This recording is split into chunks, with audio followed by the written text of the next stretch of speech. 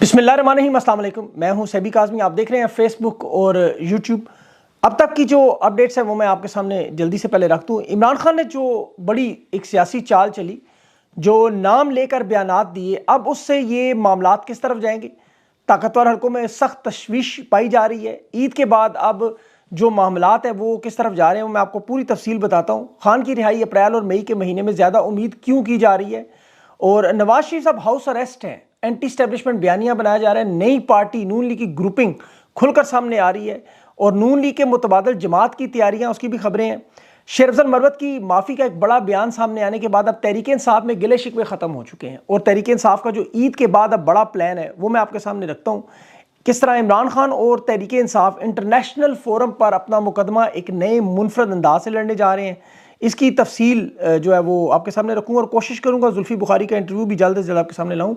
अरसलान नसीम लाहौर का एक नौजवान बच्चा, उसके साथ जुल्म और बर्बरियत की दास्तान जो है वो मैंने आपको लाजमी बतानी है, और आपने ज़रूर गौर से सुनना और शेयर करना है।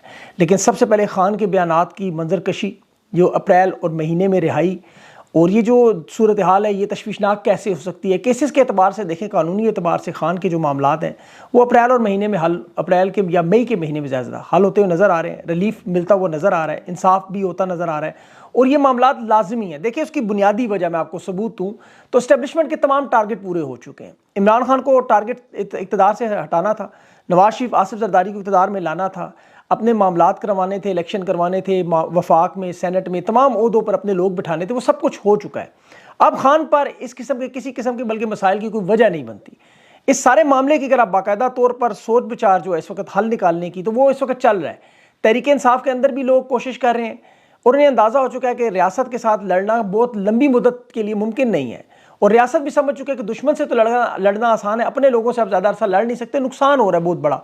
और ये ऑप्शन देने की बात हो रही है कि 9 मई के अगर वाक़यात की आप मजम्मत के साथ माफ़ी मांग लें तो कमी आ जाएगी मामलात में।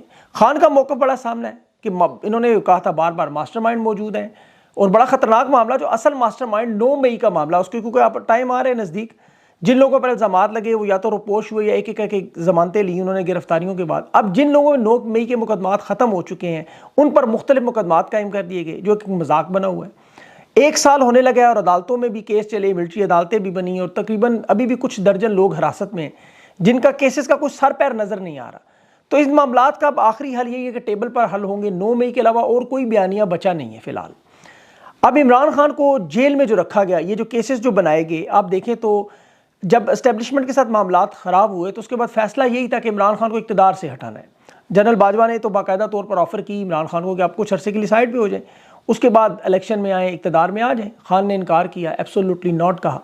वजह बाजवा के मुताबिक बाइडन हुकूमत नहीं चाहती खान को, साइफर का मामला भी उसकी एक कड़ी थी।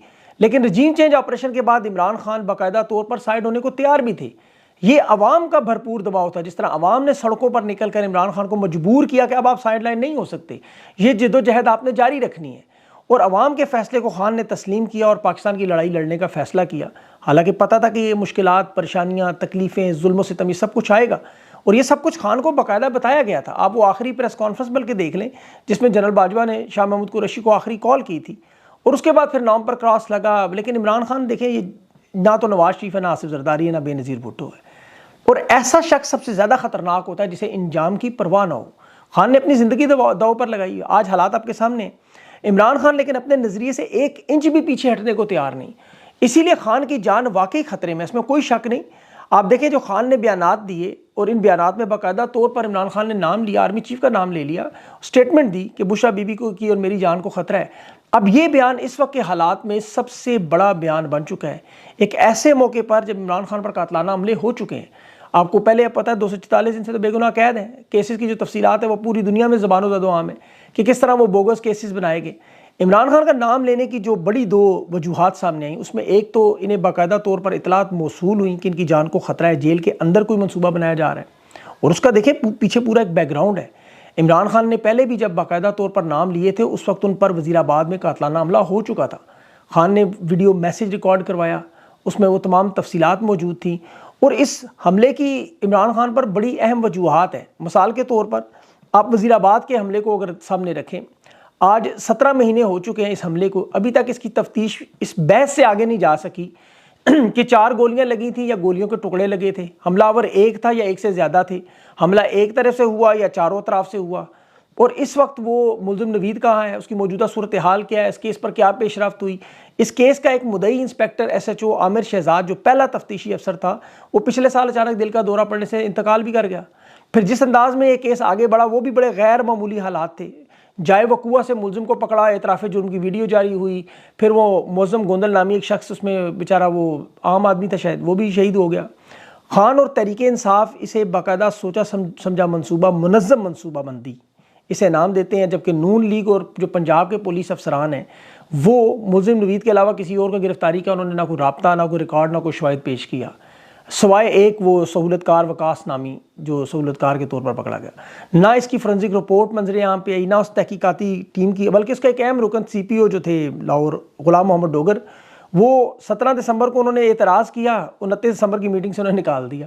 नून लीग ने उन पर इल्ज़ाम लगा दिया कि ये तहरीक इंसाफ के वर्कर हैं। अंदाज़ा करें वो तफ्तीश कर रहे थे इस मुकदमे की, अब इन पर दबाव भी था, मामलात भी थे। अब ये सिर्फ एक मुकदमा है खान का कत्लाना, बाकी मामलात आप देख लें, खान का कोई बयान कलम बंद नहीं हुआ, कोई FIR नहीं हुई, और बहुत सारी ऐसी चीज़ें हैं। उसके बाद फिर करोड़ों रुपए लेने वालों मियाँ दाऊद जो वकील है, उसका भी किरदार आप देख लें। अभी 6 जजेस के मामले पर जिस तरह वो ताकतवर लोगों का दिफा करता हुआ नज़र आ रहा है, ये वही शख्स है।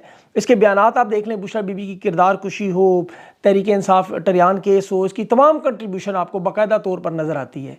अब ये केसेस इमरान खान के, इसीलिए इमरान खान ने जो अपने मामलात को सामने लाए अवाम के सामने, और उसकी वजह यह है कि इमरान खान को नज़र आ रहा है कि ये लोग अब या तो वारदात कर रहे हैं वहाँ जेल से, जो नाम लेने की इमरान खान ने बाकायदा, दूसरा जो तहरीक इंसाफ की लीडरशिप और वर्कर्स को पैगाम भी इमरान खान ने भिजवा दिया कि अब डरने की ज़रूरत नहीं है, अब घबराने की ज़रूरत नहीं है, अब फ्रंट फुट पे आके ये मुहिम चलानी होगी और मैंडेट को वापस भी लेना है, इन तमाम मामलात में तेज़ी भी लानी है। क्योंकि माजी में तहरीक इंसाफ देखें सिर्फ हमेशा रद्द अमल देती रही, इस दफ़ा खान ने रद्द अमल की जगह पहली एक्शन करने की हिदायत दे दी। लीडरशिप को देखिए, जिसे इमरान खान की कॉल भी मिल गई थी, अदालत से इजाज़त भी मिल गई थी, अवाम भी तैयार थी, लेकिन रमज़ान में आप देख लें जलसों में वो नाकाम हो गई। उनके इख्तलाफात थे जो अब ख़त्म हो चुके हैं। इस्लामाबाद की तरफ जो कॉल होगी वो फाइनल कॉल होगी, और ये मामलात तब आपको बेहतर होते हुए नज़र आएंगे। अभी शेर अफजल मरवत का बयान जो सबसे अहम बयान कि इमरान खान का बयानिया हम लेकर चलेंगे, अगर खान ने किसी के खिलाफ बात की, नाम लेकर की, हम उस अपने लीडर का साथ देंगे, ये बड़ी अहम बात है। अगर एक नुक्ते पर तहरीक इंसाफ की सारी लीडरशिप इकट्ठी होगी तो यकीन करें मैंडेट की वापसी कोई मसला नहीं होगा। और ये बड़ी अच्छी पेशरफ्त हुई है जो शेर अफजल ने बयान दिया कि तमाम इख्तलाफात PTI के अंदर ख़त्म, अब जो दरार डालने की कोशिश है वो भी ख़त्म, अब सिर्फ और सिर्फ फोकस जो होगा वो तहरीक का, और उसमें इमरान खान की रिहाई का, बुशरा बीबी की पार्टी के जो कारकुनान जेलों में असीर हैं इस वक्त उनकी, और ये सारे मामलात उस पर सारी फोकस होगा। और जिन्होंने बामी इत्तेहाद कराए, मेरे ख्याल में उन्हें खराज तहसीन पेश करना चाहिए।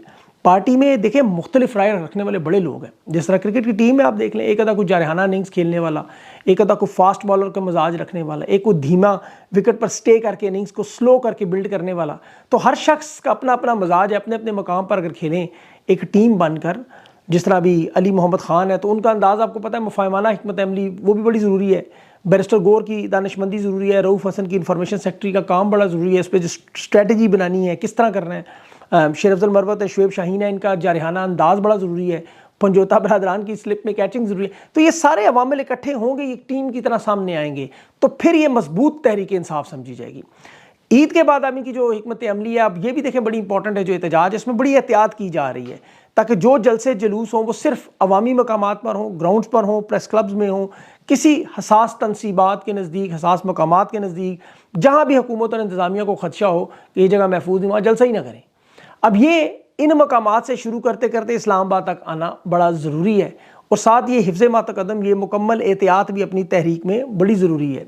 इसके अलावा इंटरनेशनल मीडिया पर भी दबाव आपको पता है, इमरान खान का तहरीक इंसाफ का केस मुनफरिद अंदाज में, और उसमें जुल्फ़ी बुखारी बड़ा अहम काम करें। नेटफ्लिक्स पर एक डॉक्यूमेंट्री बनाई जा रही है जो पिछले 18-19 महीनों में जो तहरीक इंसाफ के साथ हुआ, रजीम चेंज ऑपरेशन में हुआ, और सबसे बढ़कर इलेक्शन की धांधली। ये तहरीक इंसाफ के वर्कर्स जेलों का मामला तो अपनी जगह, लेकिन इंटरनेशनल फोरम पर धांधली का मामला बहुत अहम मामला है। उसकी वजह क्या है कि देखें, नेटफ्लिक्स पर डॉक्यूमेंट्री और फिल्मों के हिसाब से तो ये एक दुनिया का बहुत बड़ा प्लेटफॉर्म है, 26 करोड़ लोग इसे देखते हैं, और बड़ी तादाद इसमें अमेरिका, कनाडा, यूरोप है, मिडल ईस्ट है, अफ्रीका, सारी जगह है। अब मगरबी दुनिया के सामने इस केस को इस अंदाज में लाया जाए, क्योंकि आम हालात में तो वीडियोज़ होती हैं, लोग नज़रअंदाज करते हैं, लेकिन 2024 इलेक्शन का साल है और अमेरिका में 5 नवंबर को है, हिंदुस्तान में इलेक्शन है, बरतानिया में है, कनाडा में है। तो इन तमाम ममालिक में, ख़ासतौर पर अमेरिका में इंतखाबी धांधली का मामला बहुत बड़ा मामला पहले बन चुका है।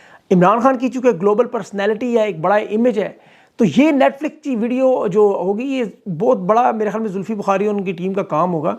पहले भी जो वो पाकिस्तान के जो ताल्लुकात सऊदी अरब से थे या अमेरिका के साथ बैकडोर चैनल चलते रहे, मीडियाज़ में इंटरव्यू होते रहे, ये सारे मामला जुल्फ़ी बुखारी बड़े अच्छे तरीके से हैंडल करता रहा। अब इन्हें उम्मीद है इस तरह की, देखिए एक डॉक्यूमेंट्री अरशद शरीफ शहीद ने भी बनाई थी, बिहाइंड द कर्टन्स। अब वो अरशद शरीफ बहुत बड़े सहाफ़ी थे, लेकिन चूँकि इंटरनेशनल लेवल पर उस तरह पजीराई हासिल नहीं हो सकी इसे, और पाकिस्तान में आपको पता है कोई भी इस लेवल पर नहीं जहाँ इमरान खान मौजूद है। तो ये जो डॉक्यूमेंट्री होगी ये बहुत बड़ा फ़र्क डालेगी, बहुत बड़ा डेंट डालेगी। अब तहरीक इंसाफ के मुखालिफिन के हालात भी आपको अगर बताऊँ तो मुस्लिम लीग नून, नवाज शरीफ के मामलात, नवाज शरीफ को आप बाकायदा तौर पर इस वक्त हाउस अरेस्ट समझें। देखिए वरना रमज़ान का आखिरी अशरा पहले से तय था कि नवाज शरीफ सऊदी अरब में गुजारेंगे, लेकिन बाकायदा तौर पर नवाज शरीफ को इजाज़त नहीं दी गई। और ये पहली मरतबा हो रहा है कि नवाज शरीफ पाकिस्तान में मौजूद है, सऊदी अरब नहीं जा रहा, जबकि मरियम नवाज, शहबाज शरीफ, इसहाक डार, ख्वाजा आसिफ सारे के सारे पहुँच गए वहाँ, नवाज शरीफ को रोक लिया गया। नून लीग के अंदर जो धड़ा है नवाज शरीफ के खासतौर पर किचन कैबिनेट, आप उनके बयान देखें, जावेद लतीफ़ हो, राना सनाउल्लाह हो, अब तो सेनेटर अफनान उल्लाह जैसे लोग बोल पड़े कि धांधली से जीत के आए हैं। ख्वाजा आसिफ तस्लीम करता रहा, ज़ुबैर उमर है, खाकान अब्बासी हैं, ये सब लोग बारहा बात कर चुके हैं, टीवी प्रोग्राम्स में तस्लीम करते हैं। वो बैरिस्टर अकील की एक वीडियो आप देखें, वो हंसते हुए अपने हल्के के लोगों से कह रहा है कि जाओ पहले एक पोलिंग स्टेशन से मुझे जीत के कहीं से फॉर्म ला के दिखाओ कि मैं यहाँ से जीता हूँ, क्योंकि उसे पता है कि इस किसी हल्के के किसी पोलिंग स्टेशन से वो नहीं जीता, इसीलिए वो कह रहे हैं यहाँ से लाओगे तो मैं तुम्हारे काम कराऊंगा। ये फॉर्म 47 पर ज़बरदस्ती जिताएगा और हंस रहा है वो। अब नवाज शरीफ को पता है कि उसकी सियासत, नून लीग की सियासत मुकम्मल तौर पर ख़त्म हो चुकी है। अब अगर एंटी स्टैब्लिशमेंट बयानिया ना बनाया तो सियासी चैप्टर ख़त्म, अदलिया का दबाव साथ साथ बढ़ता जा रहा है। इसीलिए नून लीग के पैरेलल पार्टी मोहसिन नकवी की क़यादत में बनाने की पूरी तैयारी जारी है, याद रखिएगा ये। अब तहरीक इंसाफ का ये मामला जो ही तहरीक शुरू होगी, अदलिया के मामला साथ खड़े होंगे, अवाम चुके ने मुस्तरद कर चुकी है। मैं आपको उसका सबूत दूँ, जियो न्यूज़ के 56 लाख फॉलोअर्स हैं एक्स पर, ट्विटर पर। सलीम सादफी के 36 लाख है। आप उनके प्रोग्राम देखें, 20-25 लोग भी नहीं देखते। और ये सिर्फ मीडिया की हालत नहीं है, पाकिस्तान के आप ओवरऑल मसाइल देखें। अभी वर्ल्ड बैंक की बहुत बड़ी रिपोर्ट आई, PDM की पहली हुकूमत में गुर्बत में 40% इजाफा हुआ था, और आज इनकी हुकूमत PDM पार्ट 2 सिर्फ 1 महीना हुआ है, 1 करोड़ लोग गुर्बत से नीचे चले गए। अब ज़रा खुद सोचें कि नून लीग और पीपल्स पार्टी की है अगर हुकूमत 1 साल पूरा करगी तो इंजाम क्या होगा। ऊपर से अदालतों की जो बदतरीन परफॉर्मेंस और रैंकिंग है, वो एक निज़ाम का आपको पता है धर्म भरम हो चुका है। कानून के इदारों का हाल, एडवोकेट सलमान शाहिद, उससे पहले मैं बड़ा भरपूर खराज तहसीन पेश करता हूँ जो उसने काम किया। अभी एक नौजवान बच्चा लाहौर से, अरसलान नसीम, इसकी मैंने ट्वीट देखी, रात 2 मरतबा पुलिस गैर कानूनी रेड कर गई। पहले डॉल्फिन पुलिस छापा मारने गई उसके घर, अरसलान नसीम के, कि पतंगे बेच रहे हैं, कुछ नहीं निकला। फिर 10 लोग पहुँच गए उस अरसलान नसीम के घर, और उसके घर वालों ने फिर आगे से वीडियो बनाई। और सलान की वालिद अभी उसका भी बेचारे का फोत हुआ है, मासूम बच्चा अभी पुलिस, पंजाब पुलिस के जुल्म सितम सह के है। 5 जवान बहनें और घर में कोई कफील नहीं, ख़ानदान की परेशानियाँ। और सहरी के वक्त रमज़ान की 27वीं बाबरकत रात में चीखती चिल्लाती वो इंसाफ मांग रही, उनकी चीखें रमज़ान की इस बाबरकत रात को मन फ़लस्तीनियों की चीखों से खुदा की कसम काम नहीं थी। जवान बच्चियाँ बहाने बहाने से पुलिस स्टेशन पर पहले बुलाते रहे उन्हें, ये पुलिस की खूनख्वार और गंदी नज़रों का पहले शिकार बनी। और अफसोस का आलम यह कि पाकिस्तान में कोई ऐसा मर्द जज नहीं है, कोई ऐसा मर्द अफसर नहीं है जिसके अंदर ज़मीर हो, जैसे ये बहनें बेटियाँ जो सबकी सांझी होती है नज़र आएँ, इस जुल्म पर बोल सकें। चले फ़लस्तीन पर नहीं बोलते, मान लेता हूँ, दूर हैं आपसे, आपको नज़र नहीं आता। खुदा के वास्ते ये मजबूर लोग हैं, ये मजबूर लोग हैं। पुलिस के अफसरान से मैं इन लोगों से मजबूर होकर मैं भी हाथ जोड़ के दरख्वास्त करता हूँ कि खुदा के वास्ते आप लोग भी इन्हें वीडियो भेजें कि ना करें जुल्म, कि जिसका कोई ना हो उसका फिर रब होता है, और उस रब की जब पकड़ आ जाए तो खुदा की कसम इनमें से कोई एक भी नहीं बचेगा। इन जालिमों को रोकें। ये बड़े बड़े फ़िरौन और नमरूद और यजीद नहीं बच सके, ये क्या है? ये मासूम लोग हैं, इनके साथ क्यों जुल्म कर रहे हैं? क्यों उनको कलअदम तंजीमों की तरफ देखने पर मजबूर कर रहे हैं? खुदा के वास्ते ये पुलिस अफसरान से मेरी, वो भी खातून जो हैं जिन्हें बड़े अवार्ड शार्ड मिले हैं, उन्हें दिखा दें कि आप खातून है, ज़रा जाके देखें किस तरह वो उनके घर की चादर चारदीवारी का तहफ़्फ़ुज़ बिगाड़ लें, उनकी चीखें ज़रा सुने ज़रा आप। बहरहाल ज़्यादा इमोशनल हो गए फिर मैं आपको पता है कुछ और ही ना कह दूँ। अपना ख्याल रखें, मुझे अगली वीडियो तक के लिए इजाज़त दें। अल्लाह हाफ़िज़।